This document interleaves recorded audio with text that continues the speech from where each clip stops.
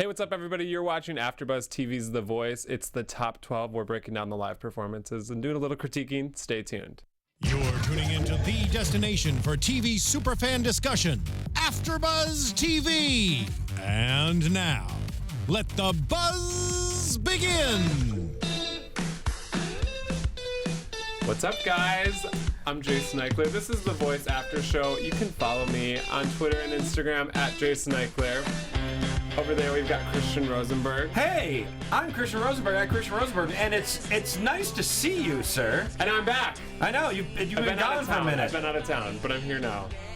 And we got this lovely lady next to me here. Introduce yourself. Plug your social medias. Welcome to the show. I wasn't here last week. Thank you so much, Megan Boykoff. You can find me on Twitter and Facebook at Megan Boykoff. So we lost Stephanie Georgie. I don't know if you guys explained this last week. She's in a studio over, so if you want to watch her, you just switch over to the Jane the Virgin Well, after why show. would they leave us? You're staying right but here. Stephanie Georgie is not that cool. Let's be honest. We're that cool, and we're gonna break down the top 12. I believe the studio that we're in is actually number one, and there's a reason behind it. Yeah, that's 'Cause right. We're number one. Okay, we've got the top 12. We do. I'm pretty happy with the top 12. Yes. You know, I feel like this was the most diverse and eclectic top 12 as far as different styles that we've had in a while. Because I feel like every year there's like a dirty white guy with a beard, and there's a country girl who loves Jesus. You know what I mean? Like, but we're there. We're like, I get what you're saying. Speaking of, let's start with Mary Sarah, who sang "So Small" by. Let's go right into it. I know, "So Small" by Carrie Underwood. Thoughts? I liked it. You know, I wasn't a huge fan of her last week. I felt like she didn't really show too much of a range. To me, it just seemed a little too quiet. But this one, I felt like she definitely showed her range a lot better. I thought just overall she felt more comfortable. And I really enjoyed the performance. It's a hard song. I sing it alone in the car, and let me tell you, it's very difficult. I thought Those notes. she sings effortlessly. I just wanted her to emote a little bit more, but I thought it was great. Yeah, and I think it's risky. Obviously, Carrie Underwood came from American Idol, is known for that. I think it's risky to do a Carrie Underwood song on these shows. I think she did it well, had you never heard Carrie Underwood's version. Okay. But they're not that different to make me want to download hers. That's a very good point. But I think she's got a good thing going. She's very likable. She's the only country girl in the competition. Right, which means she's going to last towards the end. Yeah, and she's on Team Blake, so either way she'll have a career. She'll be able to make music after the show. I don't know about career. But Blake, they all like live in a farm in Blake's property, so she'll be good. I'll just hang. Blake has a farm system of country I singers. really think he has like a bunkhouse where he has like Danielle Bradbury and Cassidy Pope. I never want to go there. You know, I kind of want to. just go for like a camping weekend, just to see what it's like. Yeah. I think she's safe though. I'm not worried about her. She ain't going anywhere anytime Definitely. soon. So up next is Team Adam, and he had Laith, who sang "Born on a Bad Sign." This is not necessarily my cup of tea, but I think he's in his own lane, sort of, and he does what he does really well, and I think his fans will love it. I think he's definitely safe. I don't know. It's just not my thing. I basically wrote down the same thing that you just said. I would never buy his music. Yeah. But objectively, I can say he does what he does really well. Yeah. It's great. But I don't want to listen. He's incredibly talented. He's got the unique look to him. I'm just really curious as to whether or not this is the type of music that America will download, as far as the people who listen to the show or watch the show. Older viewers. It'll be interesting because when I talked to him tonight, he was saying nobody's ever done like a true blues song, that like even the guy that sings this song has never sang this song for as many people as he sang it for tonight. Wow. Yeah. So that could be to his benefit that it's a new song and people will associate him with it. I don't know. I think he's safe for now, but it'll be interesting to see. How what old happens. is he?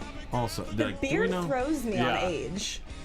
You know? I feel like he's an older guy. I'm gonna say he's in like his early 40s. Which Really? Watch him be like 26. yeah. But which like if he is in that, you know, we usually might get like one just like super powerful trained female musician. We rarely get a guy in that age range to make it to the final 12. Yeah.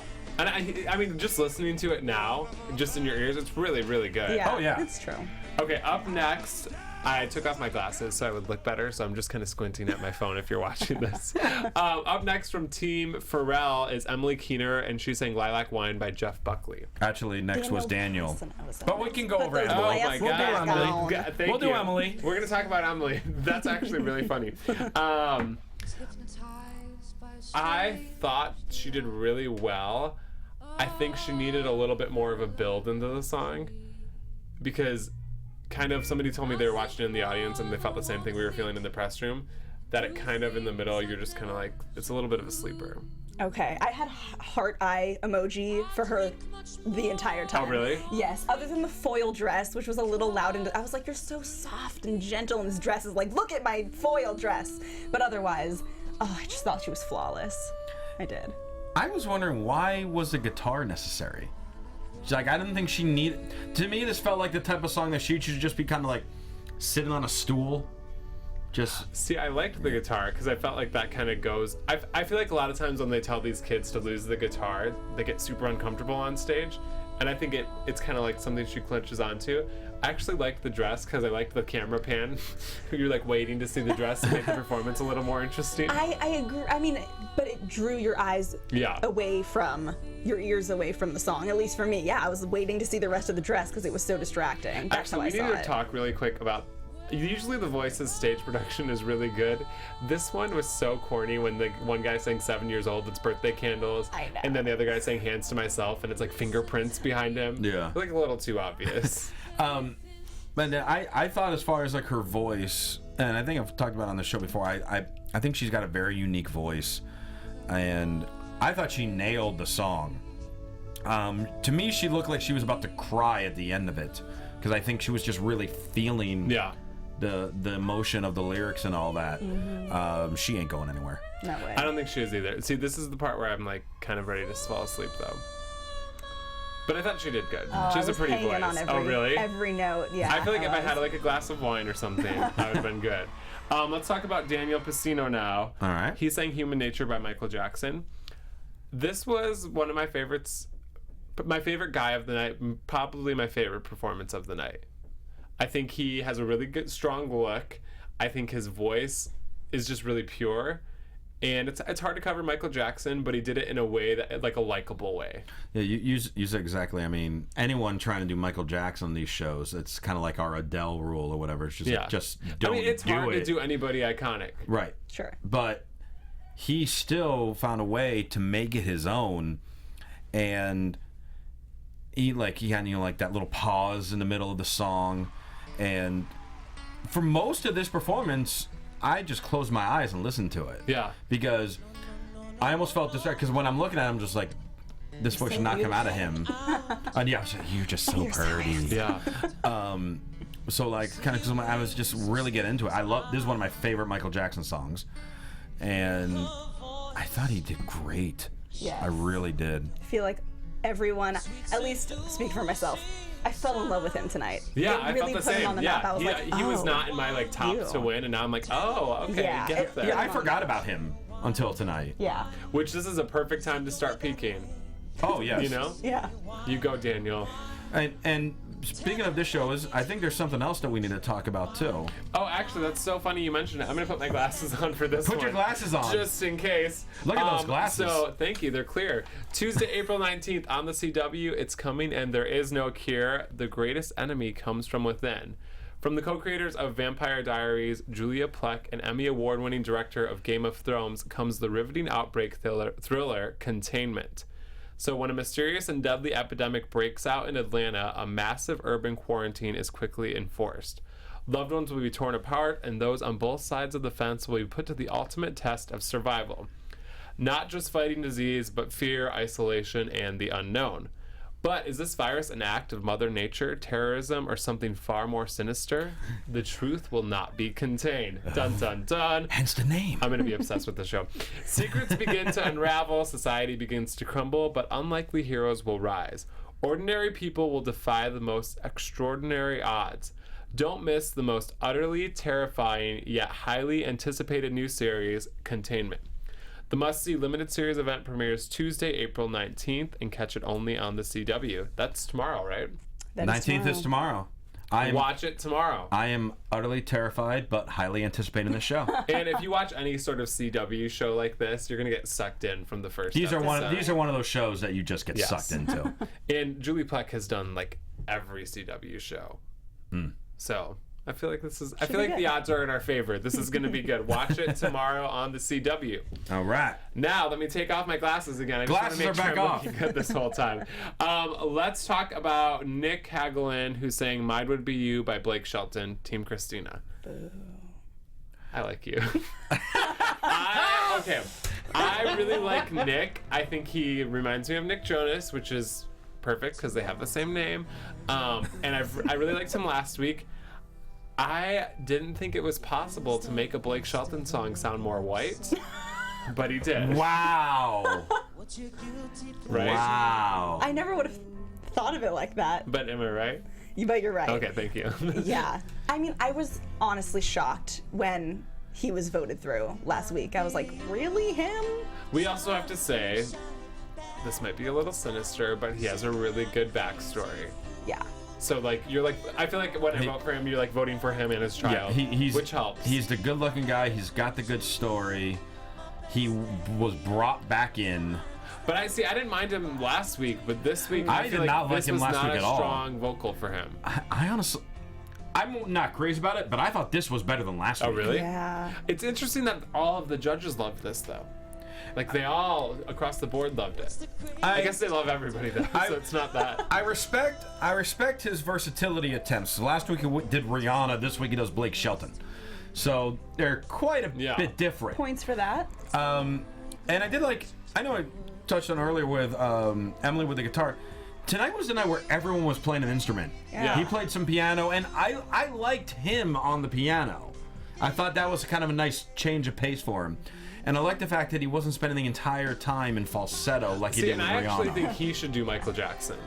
He probably would do okay doing Michael know? Jackson. Yeah. He needs to do, I don't know, this song, it didn't work for him. No. I don't know what would, though. Yeah. The thing is, if America voted him on last week, America's going to keep him for at least another week. You think? Yes. All right, let's talk about Adam Wakefield from Team Blake, who's saying, what did he sing? Sunshine? Soul Shine. Soul Shine. I did not know this song. Neither did I. I thought it was fine. This is how I feel about it. Yeah, like it was good. For those of I'm you not going to be listening, she upset. just shrugged her shoulders. I'm not going to be upset if he goes through. I'm not going to be upset if he goes home. I didn't think it was a bad performance, but I'm going to be 100% honest with you. I was there tonight, and I do not remember this performance.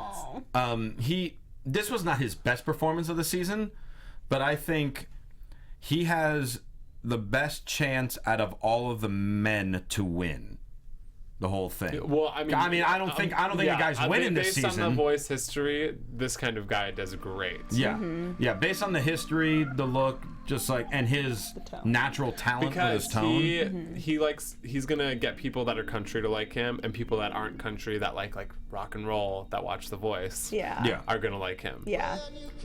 He's like, but he has a good voice. In the Venn diagram, Yep. between the two, he's the middle. Exactly. Yeah, this guy's going to be in the finale. I think the reason, had I never watched a season of The Voice before and then watched this, I would really like him. But I feel like we've had him on the show so many times that it's just like, show me something different. But I think the same thing. He's in his own lane doing his own thing. He'll be fine. Yep. Let's move on to Brian Bautista from Team Christina, who sang Kiss from a Rose by Seal. I was really starting to like Brian Bautista. This performance I thought was sloppy. I think agree. Vocally it was really shaky. I don't know why nobody said anything about that, because it seemed like he was off the whole time to me. He, especially during the bridge, to me he just seemed completely lost. Yeah. And it's a shame, because like you said, I've been liking this guy a lot, and when they said he's going to sing Seal Kiss from a Rose, I'm like, this could be a good choice for him. I think this could work. And it didn't. I then felt like he, towards the end, was realizing he struggled, and then was pushing himself to belt as much as he could to adjust things that, to me, just seemed like they were not planned at all. And And the thing is, I still think he's going to advance. Doesn't that sound flat when he's coming in? Sorry for interrupting. No, It's you just like, Yeah, no, it does. You can hear it. Yeah. I came up with a new word. Okay. It just like came to my brain when I was listening to him, and he was expectable, meaning expected, like the performance was Yeah. and respectable. It's like I was like, it's see, enough to I keep don't me even on. I don't even know if I would say respectable. And he's Okay. a very nice guy, but I think vocally this is not top 12 material. I think based on this performance, there's a lot of other singers that could have had his spot. Yeah. I agree. I liked him last week. I loved him last week. Yeah. And I do think now Megan has to create a new word every week. Yeah, I think it has to be I'm a down with segment on the yeah, show. I'm done It with comes that too. naturally, so Perfect. All right. This is good. this week is done. All right, let's talk about Owen Danoff, who sang 7 Years Old by Lucas Graham. I was really excited for this, and I was a little bit underwhelmed. I think he should have kept his bass. I think he looks more comfortable on stage. He kind of looked like he was like wandering aimlessly. I don't think he did anything. The song is so current. He didn't do anything to make me want to buy it.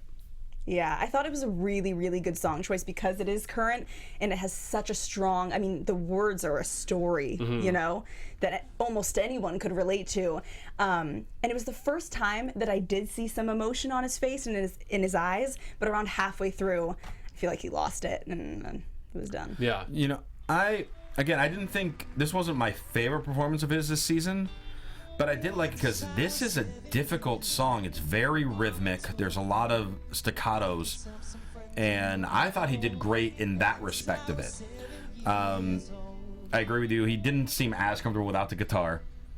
And I don't think Adam should have, because it's not like he's ever going to be a rocker that runs around on the stage. Like, I think Adam should just say, keep your guitar, like, it's easier to watch, you know? And he does have a much larger range than what was on display. Yeah. So for people that are just starting to tune in to the lives, I think this song I think might have been a good idea maybe in like 2 weeks. Yeah. But for the first one, I think they should have done something that showed his range more. For sure. Okay, let's talk about Allison Porter from Team Christina, who sang Stone Cold by Demi Lovato. This is what I Hard do with that. song. I just go like that. Just drop the mic. You Good. blown away? Same? Every freaking time. I want to hear what Yeah. you have to say. I feel like there's like a but. There's not. Okay. I mean, I guess because I was just like, yeah, she's gonna do the song justice. It's a very difficult song, and she just did exactly what I expected her to, which Okay. isn't necessary. It's not a bad thing, Yeah. you know. She hit the notes and sang it well. I want to hear Christina sing it, to be honest. That was my favorite part of the performance. I thought she did good. I'm obsessed with Demi Lovato, and I'm obsessed with Demi Lovato doing this song live. And so I just wanted to hear Demi Lovato sing it. Yeah. I think she did really well. But she made it country, which is perfect. It's for her. But when Demi sings it, it's like literally you're hanging on every word. Everybody needs to just Google any live performance of her singing it. Yes. And you'll get it. I concur. Yeah. Okay. Good. Yeah. We're on the same page with Yeah. that. But She's she's so damn good. So through. It's not a problem at all. No, So no. let's talk about Demi's ex-BFF, Selena Gomez. Paxton from Team Blake sang "Hands to Myself" by Selena Gomez. I was so excited for this performance, and I hated the arrangement of it. I liked the arrangement. It's my first Oh, note. really? I liked the arrangement. I don't like the way that he did it. I don't like the way he performed it. He was like, yeah, I'm gonna sing more. I'm gonna sing more this time. And I was like, he didn't really. He talk sings. Yeah. I feel like he'd be really good for musical theater. Yeah, but for not sure. this. Good. See, and I think if he would have done it like her version, it's not that vocally challenging of a song. So I Yeah. think he could have killed it. I don't understand how this guy got past the battle rounds. I've been saying that for weeks and weeks. See, I think he's very likable. and He's got a very cool, like- likable. He's cool. He has no range. His songs all sound the same Yeah. that He he's talks done. everything. You're absolutely right. Yeah, I and this is a don't little understand too, like, how he punchy. got here. Yeah, it's kind of affected, which works. Not. I wonder if he'll we'll get into that in our predictions. Oh, foreshadowing. Yeah, foreshadowing. Dun dun dun. Okay, Team Pharrell, Hannah Houston, Something's Got a Hold on Me by Etta James. I'm announcing that with the final 12, she is now my wife. Okay. I had one last week, but then Wait, actually, did you tweet her that? no, I did not actually. Oh, okay. Why? Someone else? I can't remember who it was. I asked everybody what's the creepiest thing somebody's tweeted them before. I want to say it was her. I could be wrong, but she's like, somebody called me their wife, and it was really creepy. It was Christian. Hannah, I did not tweet you yet. I really hope you did. Yet. Coming now. Honest to God, I have not tweeted her that she's my wife yet. Restraining order. I'm just proclaiming it now on this podcast. I mean, you know, she's a good person. She's a preschool teacher. You know, she's talented. We got it. We got it. You're just gonna freak her out. I'm sorry. I thought this was really good. Yeah. I don't like this song on music competition shows because I feel like it's so overdone. But she killed it. She makes me feel strong and confident when she sings. And when you sing and make me feel something Then about you're myself. doing something right. Yes. Well, she just had a really fun performance. And just what I was talking about a minute ago with Owen not showing his range, she displayed. Hey, see what she can do. She goes really low. Yeah. She gets powerful. Everything. I think she's a little bit of a dark horse because she's really good, but you never hear her like in all the blogs and stuff. You don't hear people think of her as a front runner, but I feel like she's gonna be. Yeah. She'll creep in. Because right now it's all boom. Allison, and you don't, and Shalia. Yeah. So let's talk about her. Let's talk about Shalia. Shalia hearing "Up to the Mountain" by Patty Griffin. Okay, first let's talk about how she quoted Kelly Clarkson in her package. Go ahead, Jason. Points Explain. for you. Explain. Also, I feel like a lot of people know this song because of Kelly's cover of it. But I love Patty Griffin. I'm obsessed with this song. I thought she did phenomenal. She destroyed it. And this is a perfect song for her because I think it shows more growth and it made her seem more mature than I've ever thought. Mm-hmm. But perfect for her voice, perfect for The Voice. I loved it. I really thought up until tonight that this show was Allison versus the field. I didn't think there was anybody that would remotely come close to her. Shalia could beat her if she keeps doing this stuff. Yeah, I thought she was moving. And Christina said it perfectly when she was talking about the performance afterwards. She said, I feel your heart when you sing. And that is exactly how she makes me feel. And I feel like on The Voice, we see so many good performances, and there's like one or two that always stand out to you that like you'll go back and listen to. I feel like this is going to be one of those. Yeah, she'll be trending on Facebook and Twitter and whatever. Listen to this one, definitely. So good. She was amazing, and she's 16, so she's going to get the youth vote. Yeah. And then she'll get the mom vote. She'll get that. Yeah. I think for this, she could get a little country and a little R&B. Yeah. Yeah. Because those runs are just insane. Just fantastic. So moving. Okay, should we get into predictions? Predict. Okay, I believe we're losing 2 tonight. No, we're losing only 1. Oh. It's only 1. Oh, that changes things. And I'm gonna pull up at the moment what the iTunes charts look like. Read the top 10. Well, because those are the only ones that are multiplied. let me load it up. He's really impatient. Right now the highest is Adam with Soulshine. He is number 13. Wow. That is the highest one. And then you have... See, we just are not middle America here. Sorry, guys. And then Allison is 16. Okay. And then... And again, this is as of 9:34 p.m. Pacific time. So it's still airing on the West Coast. Right. And then you have to go all the way down to Emily at 38. Oh. After that. So these will probably usually they make the top 10. I don't know if any of them are top 10 worthy. Well, I think based on where they are now, I would say Adam and Allison will crack the top 10. Based on where they are now, too, Allison probably hasn't performed yet, and neither has Shalia on the West Coast. Or Hannah. Or Hannah. But so if Allison's already 16, and she hasn't performed on the West Coast, she's probably performing now. Yeah. Okay, so who do we think is going home? Nick. Wow, that was quick. Nick Hagelin. I don't think he performed well enough to make the top 12 in the first place. And I think the touching personal story that he has is going to eventually wear off when people continue listening to his voice. It's just not good enough. I think he performed well enough to last at least one more week. I don't mean to be rude because he seems like an awesome guy, but pass and get the hell off the show. Okay. Oh, that's really mean. You're a bully. Okay, I was gonna say Nick, but just to say somebody different, I'm gonna say Brian. So you're going with Brian. Yeah, because Brian was he was all over the place. Because Brian was who Christina saved, correct? Yes. So Yeah. America already wasn't feeling him. Right, And I think after a shaky performance, he Feeling might less. be. And Blake saved Paxton. Yeah. So that's true too. Paxton can keep his hands to himself. Got it? Got it. Okay, well, we'll find out tomorrow. We'll be back in here next week. If you want to tweet Christian mean things about his mean. Why would you tweet mean things to me? Where can they find you? You will only tweet nice things to @Rosenberg, or you can Instagram me @TheRosenberg, and you can buy my awesome t-shirts at prowrestlingtees.com/Christian Rosenberg. And where can we find you? You can praise my word-making skills There you go. on Twitter at Megan Boykoff, and Facebook Megan Boykoff. Boykoff. And you can find me on Twitter, Instagram, Snapchat at Jason Ikeler, and you can find all the interviews with the contestants up on AfterBuzz tomorrow morning. We will see you guys back in here next week. See ya. From executive producers Maria Menounos, Kevin Undergaro, Phil Svitek, and the entire AfterBuzz TV staff, we would like to thank you for listening to the AfterBuzz TV network. To watch or listen to other after shows and post comments or questions, be sure to visit AfterBuzzTV.com. I'm Sir Richard Wentworth, and this has been a presentation of AfterBuzz TV. Buzz you later. The views expressed herein are those of the hosts only and do not necessarily reflect the views of AfterBuzz TV or its owners or principals.